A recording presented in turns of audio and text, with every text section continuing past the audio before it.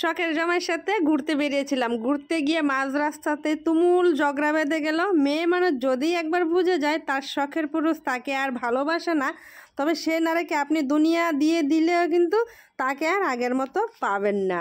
শুনো প্রিয়, ভালো মতো বলে রাখছি, রাগ হবে, ঝগড়া হবে, মারামারি হবে, গ্যাঞ্জামও হবে, সব কিছুই হবে, কিন্তু কোনো সময়ই আমাকে বলতে পারবে না থাকলে থাকো, না থাকলে চলে যাও। তোমার সাথে থাকলে থাকো, না থাকলে চলে যাও, কোনো ঢিল করে আসিনি, বুঝলে প্রিয়?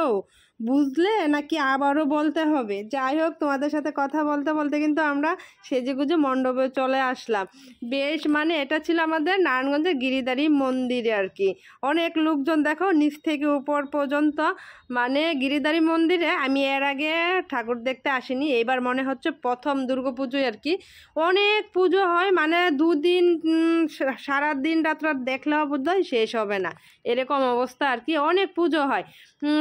একটা সময় সারা রাত ঘুরে দেখেছি। এখন তোমাদের দাদাভাই কেন জানি রাত্রবেলা ঘোরাতে চাইই না, সেই নিয়েই কিন্তু আমাদের ঝগড়া বেঁধে গিয়েছিল। কেন অবশ্যই ভিডিওর মাধ্যমে শেয়ার করবো, দাঁড়াও আসতে দাও সময়টা। যাই হোক, তার মধ্যে কিন্তু গিরিধারী মন্দির থেকে ঠাকুর দেখে বের হয়ে পড়েছি। এর মধ্যে চলে আসলাম নয়ামাটিতে, গান বাজছিল আর এই পুচকুটাকে নিয়ে একটু নাচানাচি করতেছিলাম। পুচকুটা বেশ খুশি ছিল, পিছনে কিন্তু অনেকেই ছিল। যাই হোক, ঠাকুর দেখে চলে আসলাম ফুচকা খেতে। আমি বলেছিলাম আজকে আমি ফুচকা খাবোই না, মানে কালকেই বলে রেখেছি যে এবার আমি আর ফুচকাই খাবো না পুজোর সময়। তার মধ্যে তোমাদের দাদাভাই জোর করতেছে, দেখো দেখো এটা খেয়ে দেখো। তারপর দেখছি সবাই খাচ্ছে। ওই সুস্মিতা দিয়ে এবার চটপটি নিয়েছে, তার আবার ফুচকাটা বেশি ভালো লাগে না আর কি, চটপটিটা বেশি ভালো লাগে। সুস্মিতা দিয়ে আমাকে একটু খাইয়ে দিল, সবাইকেই সাধলো। তার মধ্যে আমার জামাইটা দেখো কি করছে, দেখেছো? মানে সে বর্ণা দিয়েছিল তাকে একটা সুন্দর ফটো তুলতো, ফটো তো তুলেই নি, যা একটা ভাব নিয়েছে না। তার মধ্যে ফুচকা নিয়ে আসলো। আমি ফুচকাম্যান ডাক দিলাম, বলল তাকে নাকি বকশিস দিতে হবে। কি বকশিস দেই বলো তো? আমি বললাম ফুচকার বকশিস হিসেবে একটা ফুচকা তুমি খেয়ে নিতে পারো। তার মধ্যে তোমাকে দাদাভাইকে একটা ফুচকা খাইয়ে দিলাম, মানে তার বকশিসটা আমি ঋণ শোধ করে দিলাম। যাই হোক, ঋণ রাখা কিন্তু একদমই ভালো না। চেয়েছিল বকশিস, আমি কিন্তু বকশিস দিয়ে দিয়েছি। এই নিয়ে কিন্তু আর কোনো কথা হবে না, ঠিক আছে? তার মধ্যে এক এক করে সবাই ফুচকা প্রেমীরা সবাই ফুচকা খাচ্ছে। বেশ ঝাল ঝাল চেয়েছিলাম, ঝাল ঝালই পেয়েছি, তবে কালকের তুলনায় আজকের ফুচকাটা বেশ ভালো ছিল। আসলে সব জায়গায় একরকম জাজমেন্ট করা যায় না। নতুন বউ ফুচকা নিচ্ছে খাচ্ছে না, আমি দেবতারি একটা দমকও দিয়ে দিলাম, তুমি খাচ্ছ না কেন, তখন ধরে রাখা যায়? যাই হোক, দমক খেয়ে একদম ফুচকা খেয়ে নিল। আহা, তার মধ্যে তোমাদের দাদাভাইয়ের কাছে চলে আসলাম। তোমাদের দাদাভাই কি বলে জানো তো? মানে কি বলি বলো তো, দাঁড়াও তোমাদের কইয়াটা পুরা নারায়ণগঞ্জের ভিতর ফুচকা চটপটি বেশ। তারপর পুরুষ করে গ্লাস দুইয়া দেখবে না তো মহিলা করে গ্লাস তিনবার করে দুইয়া দেয়। এখানে লোকেশন আবারও চলো অবশ্য এই মণ্ডপে ঠাকুরটা আমার দেখা আছে, সেই জন্য গেটের পাশে দাঁড়িয়েছিলাম চিন্ময়, টুম্পা, আমি। তার মধ্যে চিন্ময় হুট করে কোথায় থেকে যেন দুইটা আইসক্রিম নিয়ে আসলো, পাশেই ছিল হয়তো বা, আমি খেয়াল করিনি। ঠাকুরের ওই যে দেখতেছিলাম নানা রকম লোকজন, তার মধ্যে একটু ঠাকুর দেখে আবারও খাওয়া দাওয়া চলছে, পাঁপড় ভাজা খাওয়া চলছে, একদম হরদম জল পাঁপড় ঠান্ডা খাওয়া খাওয়ি নিয়ে একদম ব্যস্ত। তার মধ্যে কুক খাচ্ছিলাম। ওই যে দোকানদাররা দোকান বন্ধ করবে এই সময়ে হঠাৎ কি একটা আওয়াজ হলো, ভয় পেয়ে গেছিলাম। তার মধ্যে বন্যাও যা ভয় পেয়েছিল, আসলে ওই ক্লিপটা নেওয়া হয়নি গো। এর মধ্যে এই যে ঝগড়া শুরু হয়ে গেল।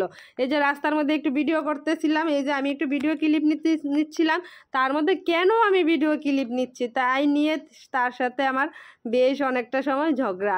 মানে বাইরে বের হয়েছে ঠিক আছে, একটু একটু ঠিক আছে, মানে আমি লিমিটের বাইরে ভিডিও করছি।